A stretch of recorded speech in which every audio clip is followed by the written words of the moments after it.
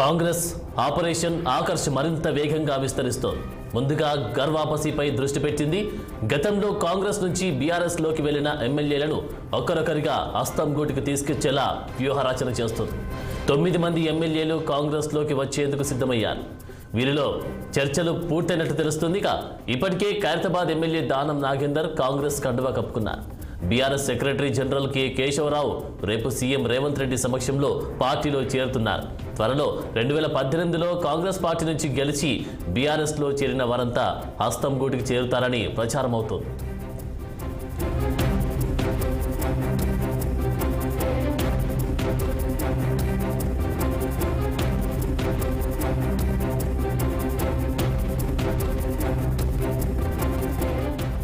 దీనిపై మరింత సమాచారం మా political bureau chief Ram live లో అందిస్తారు. రామ్, చెప్పండి, తెలంగాణ రాజకీయ పరిణామాలు వేగంగా మారుతున్నట్లుగా కనిపిస్తోంది. మరి బీఆర్ఎస్ ఎమ్మెల్యేలు ఒక్కరొక్కరుగా కాంగ్రెస్ లోకి చేరుతున్నట్లుగా కూడా తెలుస్తుంది. మరి ఎవరెవరు కాంగ్రెస్ లో చేరుతున్నారు, డీటెయిల్స్ ఏంటి?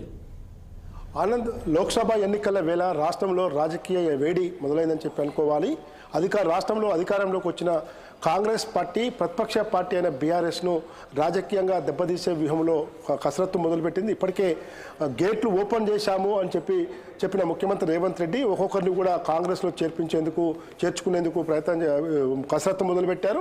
ఇప్పటికే ఖైరతాబాద్ ఎమ్మెల్యే మొన్న గెలిచిన 2024లో బీఆర్ఎస్ పార్టీ తరఫున గెలిచిన ఖైరతాబాద్ ఎమ్మెల్యే దానం నాగేందర్ ఇటీవలనే సీఎం రేవంత్ రెడ్డి సమక్షంలో కాంగ్రెస్ పార్టీలో చేరారు. అదేవిధంగా మరికొంతమంది ఎమ్మెల్యేలు కూడా 2018లో కాంగ్రెస్ పార్టీలో గెలిచి తర్వాత బీఆర్ఎస్లో చేరిన ఎమ్మెల్యేలు, తాజాగా ఇటీవల కొత్తగా కాంగ్రెస్ బ్యాక్గ్రౌండ్ ఉండి కుటుంబ సభ్యులతో అక్కడ లోకల్గా కాంగ్రెస్లో పనిచేసి కొత్తగా గెలిచిన బీఆర్ఎస్ ఎమ్మెల్యేలు కూడా మొత్తం కూడా కాంగ్రెస్లో చేరేందుకు సిద్ధపడతా ఉన్నారు. మనం ఒకసారి చూస్తే ఎంపీలు కూడా ఇప్పటికే చాలామంది కాంగ్రెస్లో అటు బీఆర్ఎస్లో బీజేపీలో చేరారు. తాజాగా కె కేశవరావు కాంగ్రెస్ పార్టీలో 40 ఏళ్ల కొద్ది సీనియర్ నేతగా ఉండి మొన్న ఇటీవల బీఆర్ఎస్లో కూడా కేసీఆర్తో కలిసి పనిచేసి పార్టీ సెక్రటరీ జనరల్గా రాజ్యసభ సభ్యుడిగా ఉన్న కె కేశవరావు కూడా కొద్దిసేపటి క్రితమే రేవంత్ రెడ్డి కలిసి కాంగ్రెస్లో చేరుతున్నట్టు చెప్పాడు. అంటే కె కేశవరావు కాపు సామాజిక వర్గానికి చెందిన నేత కాబట్టి ఖచ్చితంగా బలమైన నాయకుడిగా కేశవరావుకు పేరుంది కాంగ్రెస్ పార్టీలో కానీ ఇప్పుడు బీఆర్ఎస్లో కానీ. చాలామంది ఎమ్మెల్యేలను ఆయన బీఆర్ఎస్లోకి తెచ్చేందుకు కూడా ఆయనే ప్రయత్నం కూడా పెద్ద ఎత్తున ఉందని చెప్పి అనుకోవాలి. అందులో భాగంగానే ఈరోజు కేశవరావు కూడా కాంగ్రెస్ పార్టీలో చేరి బీఆర్ఎస్లో ఉన్న కాంగ్రెస్తో కుటుంబ సభ్యులతో టచ్లో ఉన్న గతంలో కాంగ్రెస్లో పనిచేసిన ఎమ్మెల్యేలందరూ కూడా మళ్ళీ కాంగ్రెస్ వైపుకు తీసుకొచ్చేందుకు కేశవరావు కసరత్తు మొదలుపెట్టాడు. అందులో భాగంగానే ఈరోజు సీఎం రేవంత్ రెడ్డితో కూడా ప్రత్యేకంగా భేటీ అయ్యారు.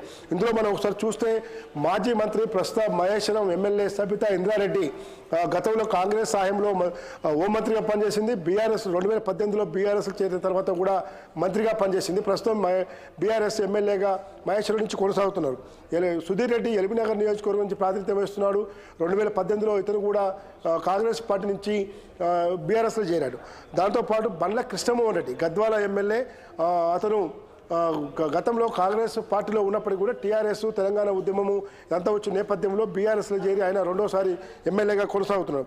విజయుడు అలంపూర్ ఎమ్మెల్యే, ఏదైతే ఎమ్మెల్సీ చెల్లా వెంకట్రామరెడ్డి ఇదంతా కాంగ్రెస్ బ్యాక్గ్రౌండ్ ఉన్న కుటుంబము, కానీ బీఆర్ఎస్లో చెల్లా వెంకట్రామరెడ్డికి నీలం సంజీవరెడ్డి కుటుంబ సభ్యుడైన చెల్లా వెంకట్రామరెడ్డికి బీఆర్ఎస్ పార్టీ ఎమ్మెల్సీ ఇచ్చింది. ఆయన శిష్యుడిగా ఉన్న విజయుడు అలంపూర్ ఎమ్మెల్యే గెలిచాడు. ఆయన స్థానంలో అప్పటికి వరకే ఎమ్మెల్యేగా ఉన్న అబ్రహాంను కాదని విజయుడికి ఇచ్చారు. విజయుడు గెలిచాడు. ఇప్పుడు ఆ విజయుడు కూడా కాంగ్రెస్లోకి వచ్చేందుకు కూడా ప్రయత్నాలు జరుగుతూ ఉన్నాయి. సునీత లక్ష్మారెడ్డి ప్రస్తుతం నర్సాపూర్ ఎమ్మెల్యేగా ఉంది. ఈమె గతంలో కాంగ్రెస్ పార్టీ హయాంలో మాజీ మంత్రిగా పనిచేసింది. తర్వాత బీఆర్ఎస్లో చేరిన తర్వాత రాష్ట్ర మహిళా కమిషన్ చైర్మన్గా కూడా ఆమెకు పదవి లభించింది. తర్వాత మొన్న జరిగిన ఎమ్మెల్యే ఒక సిట్టింగ్ మదన్ రెడ్డిని కాదని చెప్పి సునీత లక్ష్మణ్కి ఇచ్చారు. ఆమె గెలవడం జరిగింది. దాంతోపాటు మాణిక్రావు జహీరాబాద్ ఎమ్మెల్యే, ఇతను కూడా కాంగ్రెస్లో చేరేందుకు సిద్ధంగా ఉన్నాడు. ఉప్పలు ఎమ్మెల్యే బండారు లక్ష్మారెడ్డి, వీళ్ళది మొదటి నుంచి కూడా కాంగ్రెస్ ఫ్యామిలీ కుటుంబం. వీళ్ళ సొంతం అన్న బండారి రాజిరెడ్డి కూడా గతంలో వైఎస్ సాయంలో ఎమ్మెల్యేగా పనిచేశాడు. డిప్యూటీ సీఎం దామోదర్ రాజనరసింహతో కుటుంబ సంబంధాలు కూడా వీళ్ళకు ఉన్నాయి. అతను కూడా కాంగ్రెస్లో చేరేందుకు సిద్ధంగా ఉన్నారు. అంబర్పేట ఎమ్మెల్యే కాలేరు వెంకటేష్, ఇతను మున్నూరు కాపు సామాజిక వర్గానికి చెందిన బలం నేత, కేకేతో సన్నిహిత సంబంధాలు ఉన్న వ్యక్తి. కేకేనే అతను కాలేరు వెంకటేష్ను రాజకీయాల్లోకి తీసుకురావడం జరిగింది. కాళే యాదయ్య చేవేల నుంచి ఎమ్మెల్యేగా ప్రస్తుతం ఉన్నాడు. ఇతను కూడా గతంలో కాంగ్రెస్ పార్టీలోనే ఉండే కాంగ్రెస్ పార్టీలో టికెట్ రాకపోవడంతో బీఆర్ఎస్ చేయడం ప్రస్తుతం చేవేల ఎమ్మెల్యేగా ఈయన ముద్ర ఉంది. కాంగ్రెస్ పార్టీలో డిప్యూటీ సీఎంగా ఉన్న దామోదర్ బట్టి విక్రమార్కతో బాగా సన్నిహిత సంబంధాలు ఉన్నాయి. అదేవిధంగా సబితాంద్ర రెడ్డి అనుచరుడిగా కూడా కాళే యాదయ్య పేరుంది. కాబట్టి మొత్తం కూడా కాంగ్రెస్ పార్టీలో గతంలో 2018లో కాంగ్రెస్ పార్టీ నుంచి బీఆర్ఎస్ నుంచి వచ్చిన ఎమ్మెల్యేలు కానీ తాజాగా ఈరోజు బీఆర్ఎస్లో గెలిచిన ఎమ్మెల్యేలు కాంగ్రెస్ కుటుంబ సభ్యులతో సత్సంబంధాలు ఉంది. కాబట్టి 9 మంది ఎమ్మెల్యేలు కూడా త్వరలో పార్లమెంటు ఎన్నికల్లోపే కాంగ్రెస్ పార్టీలో చేరుతారని చెప్పి చర్చ జరుగుతూ ఉంది. ఇక టీడీపీ నుంచి వచ్చి చేరి టీడీపీలో మంత్రిగా పనిచేసి ఇప్పుడు బీఆర్ఎస్లో చేరిన డిప్యూటీ సీఎంగా పనిచేసిన ఉప ముఖ్యమంత్రిగా పనిచేసిన కడియం శ్రీహరి కూడా ప్రస్తుతం స్టేషన్పురం గన్పూర్ ఎమ్మెల్యేగా ఉన్నాడు. తన కూతురు ఏదైతే కడియం కావ్య ఉందో ఇటీవల వరంగల్ ఎంపీగా కూడా బీఆర్ఎస్ పార్టీ అధినేత కేసీఆర్ ప్రకటించారు. కానీ తాజా పరిణామాలు చూస్తే మాత్రం ఒక్కసారిగా బీఆర్ఎస్కు షాక్ ఇచ్చారు. కడియం కూతురు కడియం కావ్య ఇద్దరు కూడా బీఆర్ఎస్కు షాక్ ఇచ్చి కాంగ్రెస్ పార్టీ చేరుతూ ఉన్నారు. ఇట్లా కడియం కుటుంబం కేకే కుటుంబం ఇద్దరు కూడా బలమైన నేతలు బీఆర్ఎస్లో మంచి స్ట్రాటజిక్గా ఉన్న నేతలు ఇద్దరు కూడా కాంగ్రెస్లో చేరడం మాత్రం బీఆర్ఎస్కు పెద్ద నష్టమని చెప్పి అనుకోవాలి. ఈరోజు ఇంత జరుగుతున్నా కేటీఆర్ మాత్రం కేవలం ఒక ట్వీట్తో సమాధానం చెప్పడం జరిగింది. బీఆర్ఎస్ అధినేత మాత్రం ప్రస్తుతం ఫామ్ హౌస్లో ఉన్నారు. ఫామ్ హౌస్ నుంచి అన్ని పరిణామాలు చేస్తున్నారు.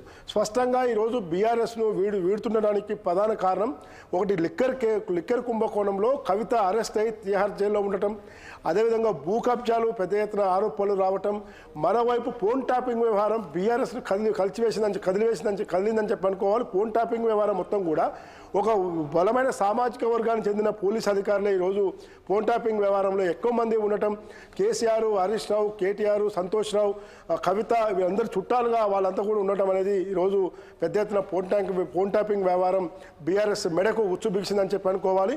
ఈ ఫోన్ ట్యాపింగ్ వ్యవహారం కేవలం ఇది బంజారా హిల్స్, జూబ్లీ హిల్స్లు వీళ్ళంతా నివసిస్తున్న ప్రాంతాలే కాకుండా త్వరలో ఫామ్ హౌస్ కూడా చుట్టే అవకాశం ఉంది. ఫామ్ హౌస్లో కూడా మొత్తం ఒక డెన్ ఉంది. ఆ డెన్ను మొత్తం ఫామ్ హౌస్ కూడా చెక్ చేయాలని చెప్పి ఇప్పటికే చాలామంది నేతలు బీజేపీకి ఫిర్యాదు చేస్తూ ఉన్నారు. కాబట్టి ఇవన్నీ విషయాలు వైపు మేడిగడ్డ కాళేశ్వరం ప్రాజెక్టు ఈరోజు కుంగుబాటు చర్య అది కూడా పెద్ద ఎత్తున అవినీతి ఆరోపణలో కూరుకుపోయిందని చెప్పి కాంగ్రెస్ ఆరోపిస్తుంది. ఇప్పటికే చాలామంది ఎంపీలు బీఆర్ఎస్ బీజేపీ వైపుకు వెళ్ళగా ఈరోజు ఎమ్మెల్యేల పైన ముఖ్యమంత్రి రేవంత్ రెడ్డి కాంగ్రెస్ పార్టీ అధిష్టానం ప్రత్యేక దృష్టి సారించని చెప్పి అనుకోవాలి. ఇప్పుడు కడియం కావ్యకు కూడా రేపు వరంగల్ ఎంపీ టికెట్ ఇస్తున్నారు. ఇప్పటికే ఖైరతాబాద్ ఎమ్మెల్యే దానం నాగేందర్ కాంగ్రెస్ పార్టీలో చేరగానే సికింద్రాబాద్ టికెట్ అనౌన్స్ చేశారు. కాబట్టి రేపు భవిష్యత్తులో ఇంకా మరికొంతమంది కేవలం కాంగ్రెస్లో ఉన్న నేతలు గర్వాపేసి కార్యక్రమంలో భాగం కాకుండా టీడీపీలో ఉండి బీఆర్ఎస్లో చేరి మంత్రులు పనిచేసిన వాళ్ళు, ప్రస్తుతం మాజీ మంత్రులు ఉన్నవాళ్ళు, తర్వాత ఎమ్మెల్యేలు ఉన్న వాళ్ళు చాలామంది కూడా ఇటు టీడీపీ నుంచి వచ్చిన సంఖ్య కూడా ఈరోజు మళ్ళీ కాంగ్రెస్లోకి వచ్చే అవకాశం కనబడతా ఉంది. Anand, thank you Ram.